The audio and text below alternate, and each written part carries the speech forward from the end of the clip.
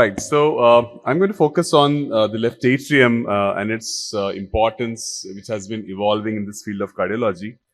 Uh, Now, if you can see the projection of cardiovascular problem has now been revealed way back 20 years back, and you can see the till 2050, most of the patients, the whole population will have problems pertaining to either hypertension, diabetes, stroke, heart failure, and this is actually is a recent pandemic which is going to cause us problem, and we have been focusing all our reports on only diastolic dysfunction, understanding that if it is not treated, it can have problems. And whenever we give any report of diastolic dysfunction as grading, grade 1, 2, 3, 4, you have to understand that it has got its implication, because if these patients are not treated with guideline directed therapies, then they can have problems. Now, left atrium has been a very important entity, and it has been talked about as the glycosylate hemoglobin by none other than James Seward, who has been from Mayo Clinic way back 30 years back, when he realized that left atrium was initially being neglected, but now it has got its own role in various disease condition and mostly in heart failure. And we have seen that we do get a large LA in this kind of entity, diabetics, hypertensive, elderly patients, COPDs, sleep apneas, lot kind of disease entity.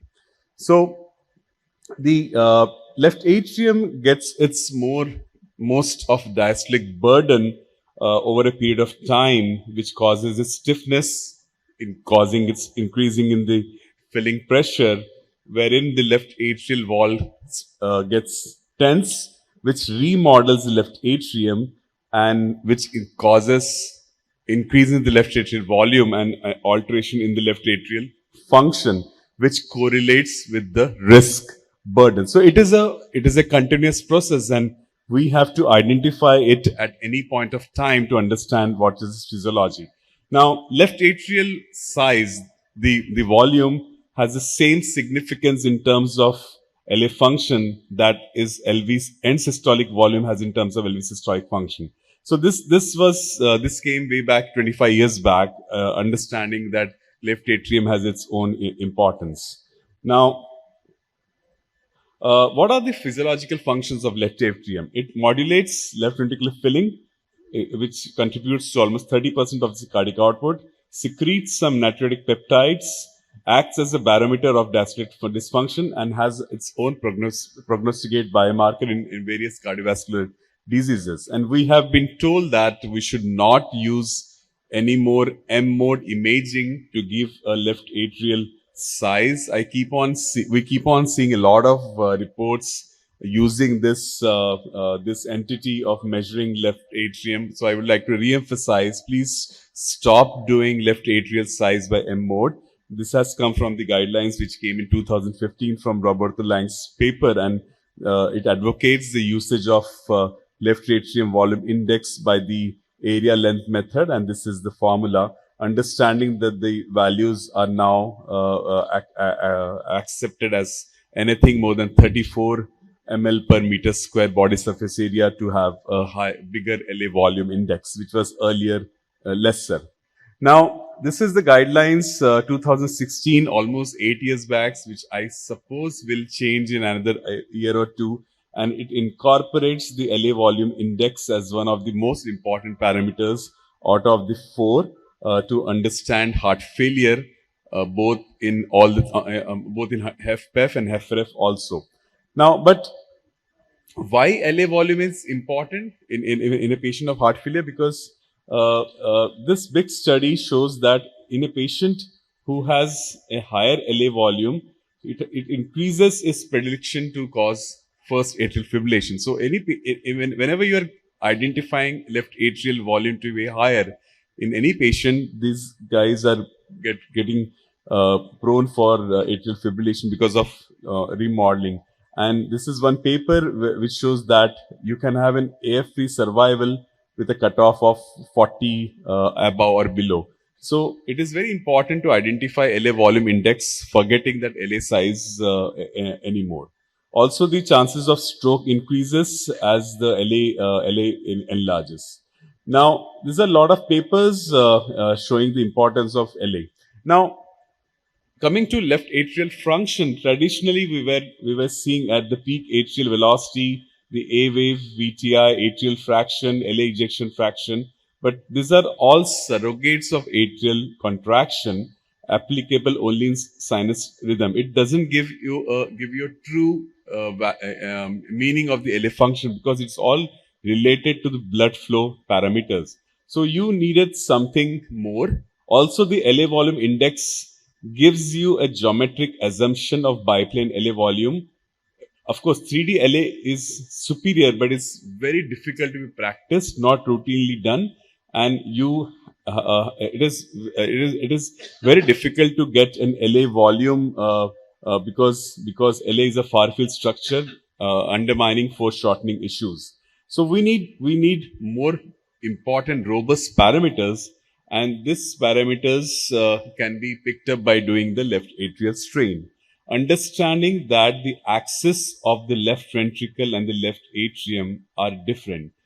To emphasize, so this is an apical four chamber view. As you can see, the LV axis is like this.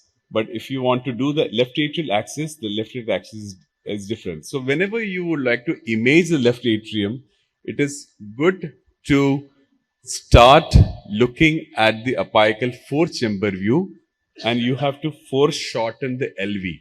If you foreshorten the LV apex, you start getting the left atrium better, and this can be done by picking by going slightly one step above the one rib above, one space above the apical four chamber view. So this is very important to understand, that never try to look at the left atrium at the apical four chamber view. You have to always foreshorten the LV apex to get a good LA because the axes are different. So optimizing the LA focused view are very important to identify.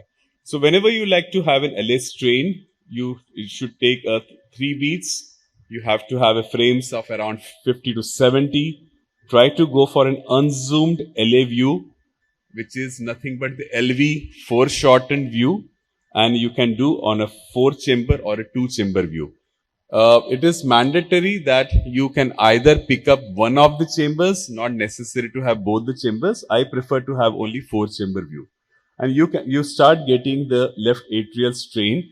Somebody was asking us in the morning that these strains are positive while the LV GLS is negative, because the contraction is towards the probe. So the LA moves towards the probe whenever there is a strain parameter.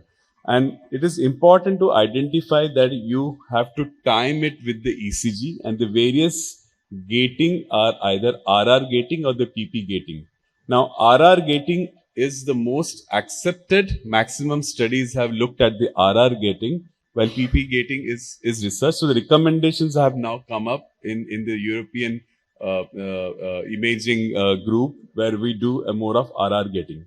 So there are few things which we identify on a left atrial strain parameters.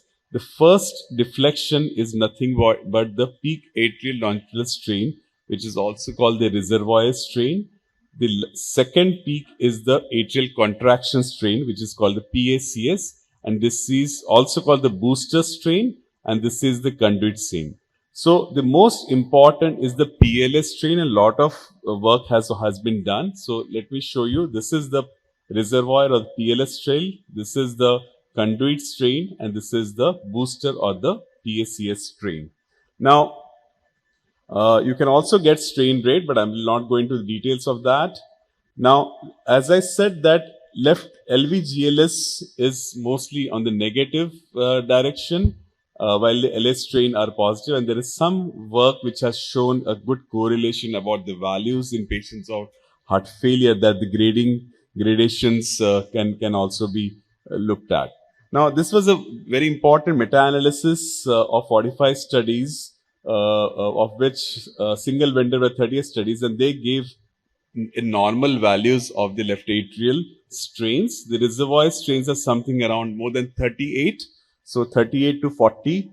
The contractile strains are something in the range of 17. So 38 is what has to be remembered. Now, why this is important? This is important because there is a subset of patients who are in phase of heart failure, who are in heart failure with preserved ejection fraction, but they may have a normal LA volume. Still, they have heart failure with preserved ejection fraction. So there is something called primary atrial cardiomyopathy.